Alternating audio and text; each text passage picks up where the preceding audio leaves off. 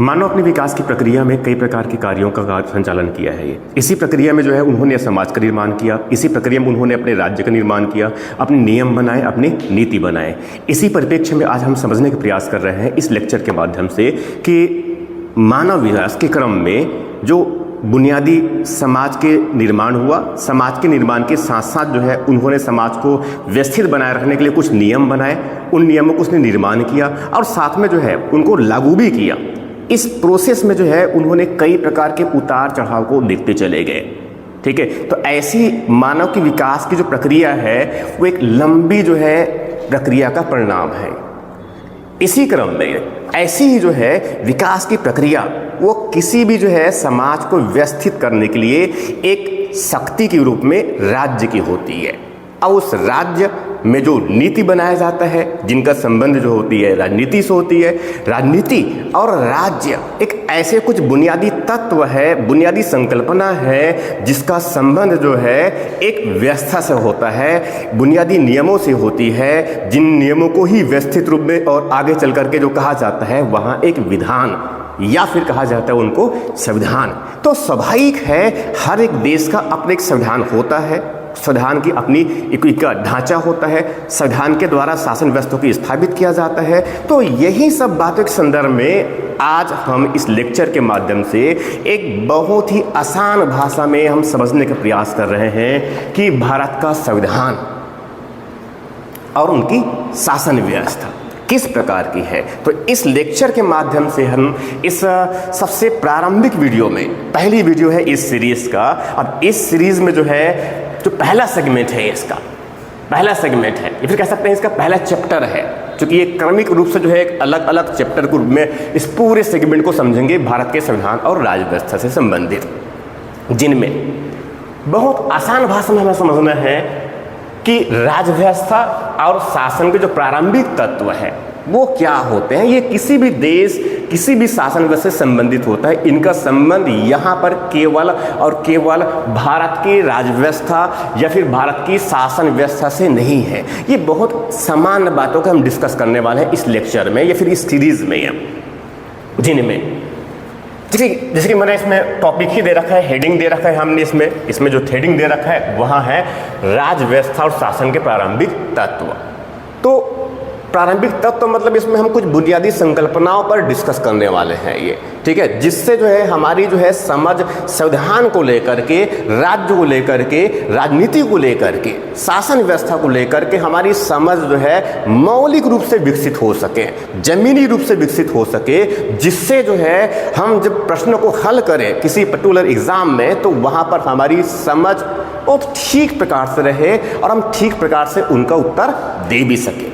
इसीलिए जो है इस लेक्चर के माध्यम से हम बहुत आसान भाषा में समझने का प्रयास कर रहे हैं कि राज्य व्यवस्था और शासन के जो प्रारंभिक तत्व है, जिनमें जो पहला जो है जो संकल्पना मैंने जो लिया हुआ है वह है एक विचार के रूप में, वह है एक विचार के रूप में, वह जो है एक विचार के रूप में वह है राज्य, राज्य और साथ में राजनीति।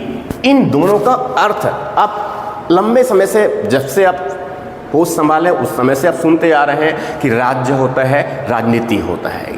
ठीक है, बहुत आसान भाषा में इनका अर्थ हमें समझना है कि राज्य, ये जो राज्य टर्म से जो यूज किया जा रहा है यहाँ पर, ये भी हम जो प्रयोग करते हैं राज्य, मगर इस राज्य का मतलब छत्तीसगढ़, मध्य प्रदेश जैसे राज्यों की बात मैं नहीं कर रहा हूँ। मैं जो कह रहा हूँ एक आधुनिक राज्य की बात कर रहा हूँ। मैं ये आधुनिक राज्य का मतलब ये हुआ कि जो आधुनिक विचार या फिर आधुनिक जो राजनीतिक जो प्रणाली है, हमारी आधुनिक जो राजनीतिक प्रणाली है, उस आधुनिक राजनीतिक प्रणाली में राज्य का जो विचार है या फिर राज्य की जो अवधारणा है वो आधुनिक रूप की बात कर रहा हूं मैं। वो अवधारणा जो है एक्चुअल में जो आया है यूरोप के कुछ देशों में, यूरोप के कुछ नगरों में आया।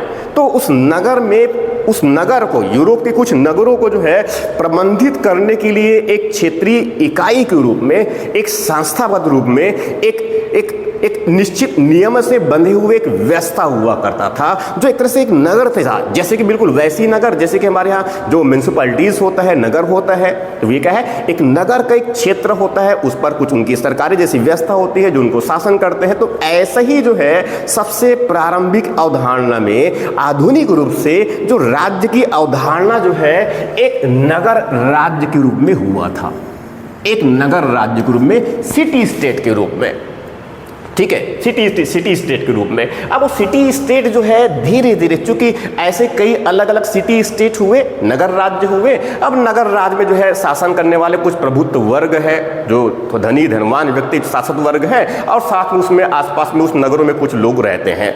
स्वाभाविक ही इनकी संख्या इनके पास थोड़ा सा जमीन भी है, थोड़ा सा जनसंख्या भी है, और वहां पर व्यवस्थित करने के लिए उनकी एक सरकार जैसी व्यवस्था भी है। मगर स्वाभाविक है ये, क्योंकि इस समय कोई बुनियादी और उस सबको प्रबंधित करने के लिए तो एक नगर, दूसरा नगर, तीसरा नगर, चौथा नगर, ऐसे कई नगर, मगर इन नगरों के बीच संबंध किस प्रकार का होगा और उसके लिए कुछ बुनियादी नियम किस प्रकार के होंगे, ऐसे जो है किसी प्रकार की व्यवस्था नहीं था। इसी वजह से उन नगरों के बीच में कभी जो है उनके भूमि को लेकर के, तो कभी उनके कार्य क्षेत्र को लेकर के, कभी कभी व्यापार को लेकर के, कभी शक्ति को लेकर के, कई अलग अलग प्रकार से विवाद होते रहे, संघर्ष होता रहा, और यही मूलतः संघर्ष का कारण बना। क्यों? क्योंकि मूलभूत रूप से अंतरराष्ट्रीय स्तर में नगरों के जो है पार जाकर के जो है कोई मूलभूत नियम नहीं है। तो स्वाभाविक है अब मूलभूत नियम काम नहीं कर रहा है, तो इससे जो है उत्पन्न होगा संघर्ष। ऐसे कई संघर्ष उत्पन्न हुए, ऐसे कई संघर्ष नगरों के बीच में, नगर स्टेट, सिटी स्टेट के बीच में जो है संघर्ष होना शुरू हो गया, और वहां से एक नई अवधारणा आया जिसने एक आधुनिक राज्य की स्थापना के लिए, आधुनिक राज्य की संकल्पना के जो है विकास के लिए उन्होंने एक पृष्ठभूमि तैयार कर दिया। यही नगर राज्यों के संघर्षों की पृष्ठभूमि ने, ये जो आधार बना हमारा आधुनिक राज्य का। आधुनिक राज्य जिनकी बात कर रहा हूं मैं, तो आधुनिक राज्य जो है ऐसे माना जाता है कि इनका जो उत्पत्ति है, आधुनिक जो राज्य की उत्पत्ति जो है वहाँ एक तरह से नगरों के बीच, ये जो सिटी स्टेट्स जो थे उनके बीच जो संघर्ष हो रहे थे, उन संघर्षों के समाधान के एक रूप में हुआ था। ठीक है, यह कह सकते हैं कि नगर में जो समूह रहते हैं, जो समाज रहता है, जो लोग रहते हैं, उन्होंने आपस में जो है एक अनुबंध किया। नगरों के बीच आपस में एक अनुबंध हुआ, नगर में जो लोग रहते हैं, जो उनके समाज है, उनके बीच में एक अनुबंध हुआ, एक बुनियादी नियम के रूप में। उसी को नाम दिया गया सामाजिक अनुबंध। इसीलिए ऐसा माना जाता है कि आधुनिक राज्य की जो अवधारणा है या उनकी जो विकास है, उनका विकास का जो आधार है वह सामाजिक अनुबंध के नियम के द्वारा हुआ है, एक समझौते के द्वारा हुआ है, एक कॉन्ट्रैक्ट के बेस पर जो है हमने आधुनिक राज्य की संकल्पना स्थापित की है। मगर ये बहुत शुरुआती है, प्रारंभिक कॉन्सेप्ट को डेवलप कर रहे हैं। मगर आगे चल करके यही जो संबंध थे उससे एक नई प्रकार की विचार आया, और यही विचार जो है आगे चल करके एक आधुनिक राज्य है, उस आधुनिक राज्य का आधार बन गया। अब ये तो हो गया राज्य की बात कर लिए। अब उससे समझते हैं राज्य से संबंधित और बहुत महत्वपूर्ण जो विचार होता है वहां होता है, दूसरा जो संकल्पना होता है वहां होती है राजनीति, पॉलिटिक्स। सभी जानते हैं व्यक्ति जो है जैसे होश संभालना शुरू किया और राजनीति शुरू कर दिया। कभी वहाँ अपने भाई के साथ राजनीति कर रहे हैं, तो कभी अपने बहन के साथ राजनीति कर रहे हैं, तो कभी परिवार के और लोगों के साथ में कर रहे हैं, और जब बड़ा हुआ तो स्कूल में जाकर राजनीति कर रहे हैं, और बड़ा हुआ तो फिर वहाँ जो है कई पॉलिटिकल पार्टी बनाकर के राजनीति कर रहे हैं। ये सब बेसिकली क्या है? राजनीति है। और आए दिन अभी चुनाव जो है गड़बड़ाहट चल रही है बड़ी मात्रा में, तो सब तरफ जो है राजनेताओं के द्वारा जो है कई तरह से जो है राजनीति कर रहे हैं। मगर सबसे इंपॉर्टेंट ये जानना है आपको कि राजनीति होता क्या है आखिर। राजनीति जो है होता क्या है, तो बहुत आसान भाषा में समझते हैं कि राजनीति जो है टर्म्स जो है बेसिकली ये पॉलिटिक्स से बना हुआ है। दरअसल ये जो शब्द है बेसिकली यहाँ जो है बना हुआ है किससे? पॉलिटिक्स से ही है। अब पॉलिटिक्स से जो है, पॉलिटिक्स की उत्पत्ति कहाँ से हुआ यही समझ लेते हैं। ये एक्चुअल भाषा है ग्रीक। यहाँ जानते हैं पुरानी जो है बचपन से पढ़ते आए हैं कि एक भाषा है, कौन सा ग्रीक भाषा है, लैटिन भाषा है, और ज्यादातर शब्दों की उत्पत्ति जो है तथाकथित रूप से मानते हैं कि वहीं से हुई है। इसलिए हम यहाँ भी मान लेते हैं कि ये जो पॉलिटिक्स शब्द जो है इनकी उत्पत्ति जो हुई है पोलिस शब्द से है, जिनका अर्थ होता है मार्गदर्शक सिद्धांत। इसका मतलब ये समझ में आ रहा होगा कि राजनीति की जब बात कर रहे हैं तो राजनीति का मतलब एग्जैक्टली अगर देखा जाए तो दो शब्द है बेसिकली यहाँ पर, ये राजनीति में जो है दो शब्द है, एक जो है राज्य है और दूसरा जो है नीति।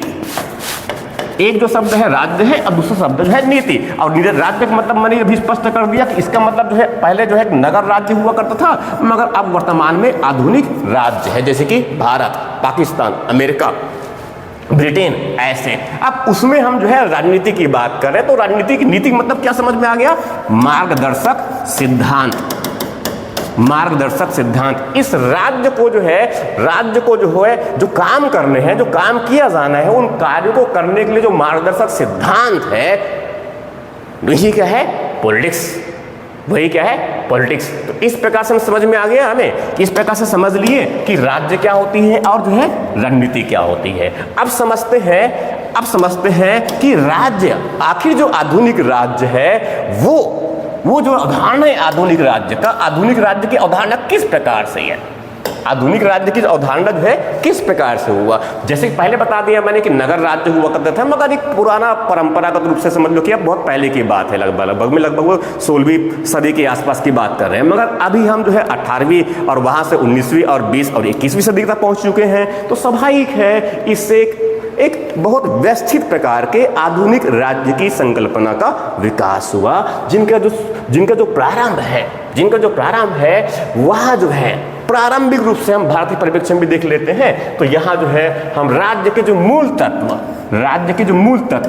तत्व का मतलब ये हुआ कि राज्य जिससे मिलकर बनता है, हम उनकी बात कर रहे हैं। तो राज्य जिससे मिलकर बनते हैं, तो भारत के राजनीतिक इतिहास में या फिर यूं कहा जाए कि भारत की राजनीतिक परंपरा में, भारत की प्राचीन राजनीतिक परंपरा में जो है राजनीति के जो है जितनी भी श्रेष्ठ आचार्य हुए उनमें प्रथम कौटिल्य, सभी जानते हैं आप, ठीक है। अब कौटिल्य के अर्थशास्त्र के बारे में जो है ऐसे दुनिया में कौन व्यक्ति होगा जो कौटिल्य के अर्थशास्त्र के बारे में नहीं जानता है, जिनमें जो है राज्य के सार तत्व, राज्य के जो है तत्व, तो राज्य के कितने तत्व इसमें 7 तत्व बताए हैं कौटिल्य के अर्थशास्त्र में, जिनमें जो है एक पहला तत्व है स्वामी मतलब उस राजा की बात कर रहे हैं, ये राजतंत्रात्मक शासन व्यवस्था के संदर्भ पर बात कर रहे हैं। और दूसरा होता है उनका अमात्य मतलब उन मंत्रिमंडल की बात कर रहे हैं जो राजा को जो है सहायता और सलाह देने के लिए बना होता है ये। और साथ में जो है हम जनपद की बात कर रहे हैं, जनपद का मतलब किसकी बात कर रहे हैं? उनके हम राज्य क्षेत्र की बात कर रहे हैं, उनके पूरे भौगोलिक क्षेत्र की बात कर रहे हैं, उनके राजनीतिक क्षेत्र की बात कर रहे हैं। और वैसे जो है चौथा जो तत्व है वहां है दुर्ग मतलब किला के संदर्भ में है, उनकी सुरक्षा से संबंधित। और वैसे जो है उस राज्य को और मजबूत बनाए रखने तो सबसे महत्वपूर्ण क्या चाहिए? कोष चाहिए, कर राजकोष चाहिए, धन चाहिए, वित्तीय व्यवस्था चाहिए। साथ में जो है उस राज्य को अगर लगातार बनाए रखना है तो राज्य के अनिवार्य तत्वों में जो है बहुत इंपॉर्टेंट जो काम करता है वह है दंड का, ठीक है, यह क्या है? दंड का। इसीलिए जो है राजा को जो है एक दंडाधिकारी के रूप में भी स्थापित किया जाता है ये। और सबसे महत्वपूर्ण ये है कि इस कौटिल्य के अर्थशास्त्र में राज्य के तत्व के रूप में जो है मित्र मतलब ये है कि जो हमारा जो कोई जो दूसरा जो अन्य देश है वो क्या है? सहयोगी है। तो सहयोगी भी जो है, सहयोगी जो मित्र है, जो विदेशी संबंध जो है हमारे वहां पर मित्र बनाते हैं, कोई दुश्मनी बन जाते हैं तथाकथित रूप से। तो ये जो है यहाँ भी क्या है? राज्य के तत्व है। मगर ये जो बातें कह रहा हूं मैं, ये सब के सब जो है भारत के राजनीतिक परंपरा में प्राचीन रूप से है। आधुनिक जो राज्य है उनके जो विचार है या वो जो अवधारणा या फिर जो वर्तमान में जो है पूरी विश्व स्तर में, अंतरराष्ट्रीय स्तर में जो है विकसित है, स्थापित है, वहां शुरुआत हुआ वेस्टफेलिया की शांति संधि 1648 से। अब वेस्टफेलिया की शांति संधि जो है क्या होता है यहाँ समझ लेते हैं, बहुत बेसिक बात है। जैसे मैंने थोड़ी देर पहले बताया कि नगर राज्य हुआ करते थे, उसमें आपस में संघर्ष हुआ करता था, वैसे ही जो है सेम स्थिति में जो इस तरफ जो है साउथ अमेरिकन कॉन्टिनेंट में जो है कुछ देश हुआ करते थे और उसमें जो है वहां पर कुछ देशों के कुछ राज्यों के बीच में इस प्रकार से संघर्ष हुआ। उन्हीं संघर्षों को है शांति स्थापित करने के लिए, उन संघर्षों को समाप्त करने के लिए, शांति और सुरक्षा स्थापित करने के लिए एक समझौता हुआ, संधि हुआ वेस्टफेलिया में। इसीलिए इनको कहा जाता है वेस्टफेलिया की संधि। यहां पर मौलिक रूप से, बुनियादी रूप से जो है एक राज्य क्या होगा अंतरराष्ट्रीय स्तर में, उनकी जो है एक भौगोलिक क्षेत्र क्या होगा, उस पर अधिकार किसका होगा, वहां उनके निवासी कौन होंगे, और ऐसे कुछ बुनियादी जो है सिद्धांतों को जो है स्थापित किया गया कई देशों ने आपस में मिलकर के कि इस प्रकार से अगर स्थापित कर दिया जाता है नियमों को तो कम से कम संघर्ष को धीरे धीरे जो है फिर उसको सीमित किया जा सकता है। बेसिकली समझे कि शांति की स्थापना के परिप्रेक्ष्य में हुआ है, बिल्कुल वैसे ही जैसे कि आप जानते हैं कि 1945 में सेकंड वर्ल्ड वॉर के बाद हमने संयुक्त राष्ट्र संघ की स्थापना कर दिया शांति और सुरक्षा के प्राथमिक उद्देश्य से। ये अलग बात है कि हम उद्देश्य को प्राप्त कर पा रहे हैं या फिर नहीं पा रहे हैं। ये तो वैसी जो है आधुनिक राज्य, पहला जो इनका आधार बन गया वेस्टफालिया की संधि। दूसरा जो है वहां जो है मोंटेविडियो अभिसमन 1933 का जो है, ये मोंटेविडियो जो है साउथ अमेरिकन कॉन्टिनेंट में यूरुग्वे नाम का एक देश है और वहां का एक बड़ा शहर है मोंटेविडियो। वहां पर जो है 1933 में वैसे ही जो है जैसे कि बताया मैंने जो है वेस्टफालिया की संधि हुआ था, वैसे ही आधुनिक रूप में जो है एक मोंटेविडियो में एक अभिसमन हुआ, एक समझौता हुआ, आपस में कई देश एक साथ मिल गए और वहां पर स्थापित हुआ कि कुछ बुनियादी नियम है जिसके बेसिस पर जो है राज्य, जिसके बेसिस पर एक किसी भी देश की जो है पहचान होगी या फिर उसको एक देश के रूप में माना जाएगा, उसको देश माना जाए या ना माना जाए।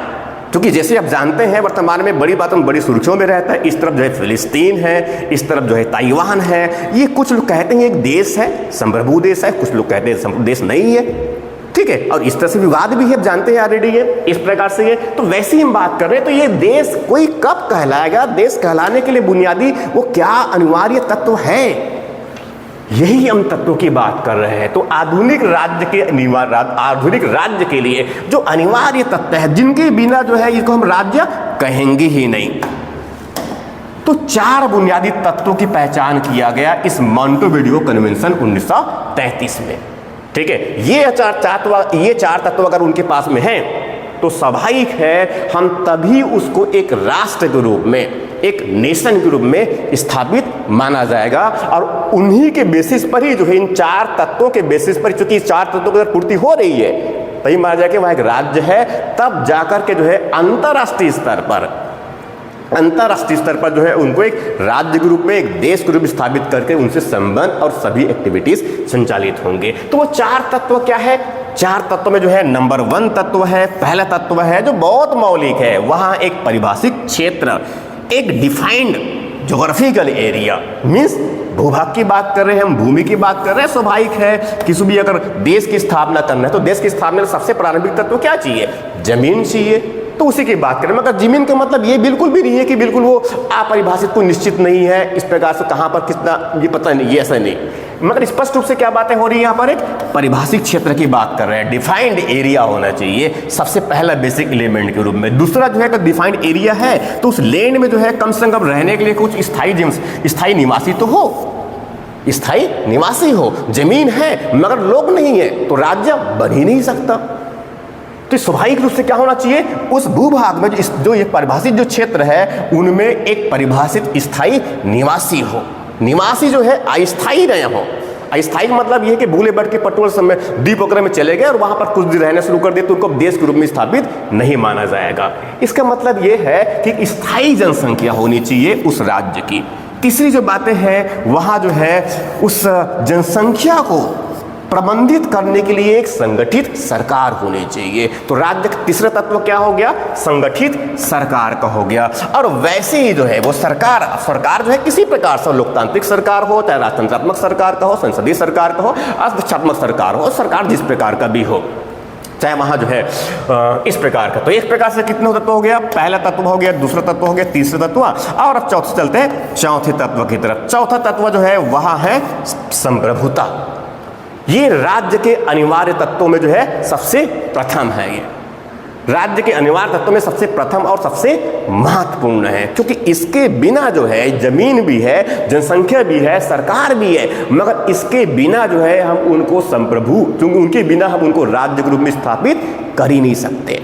स्वाभाविक है अगर वहां संप्रभु है, और संप्रभुता का मतलब होता है स्वयं से निर्णय लेने की क्षमता, राष्ट्रीय और अंतरराष्ट्रीय स्तर में। तो जैसे आपने देखा कि इस प्रकार से हमने जो है बहुत आसान भाषा में जो है हम इनको समझने का प्रयास किए कि राज्य क्या होता है और राजनीति क्या होती है, राज्य के मूल तत्व क्या होते हैं, पहले क्या हुआ करते थे, और आधुनिक राज्य में राज्य के अनिवार्य तत्व क्या होते हैं। ये तो इस प्रकार से आपको कुछ बेसिक बातें समझ लेना है। वेस्टरफील्ड शांति संधि कब हुआ था? 1648 में हुआ था। मॉन्टेविडियो अभिशमन का संबंध किससे है? तो वहाँ जो है नगर राज्यों आधुनिक राज्य के संकल्पना के विकास संबंधित कब हुआ था? 1937 में हुआ था। कहाँ पर हुआ? मॉन्टेविडियो में हुआ। तो आधुनिक राज्य के तत्व, अनिवार्य तत्व कितने हैं? तो 4 है। यूपीएससी के प्रश्न भी, यूपीएससी आईएएस के परीक्षा में भी इस प्रश्न को पूछा गया है, संभावना बनती है कई प्रकार से अलग प्रश्नों एग्जाम में पूछने का। ये ऐसी जो है अगले जो है लेक्चर में मैं और दूसरे संकल्पना जिनमें जो है राज्य के कार्य, अनिवार्य कार्य, लोकहित के कार्य,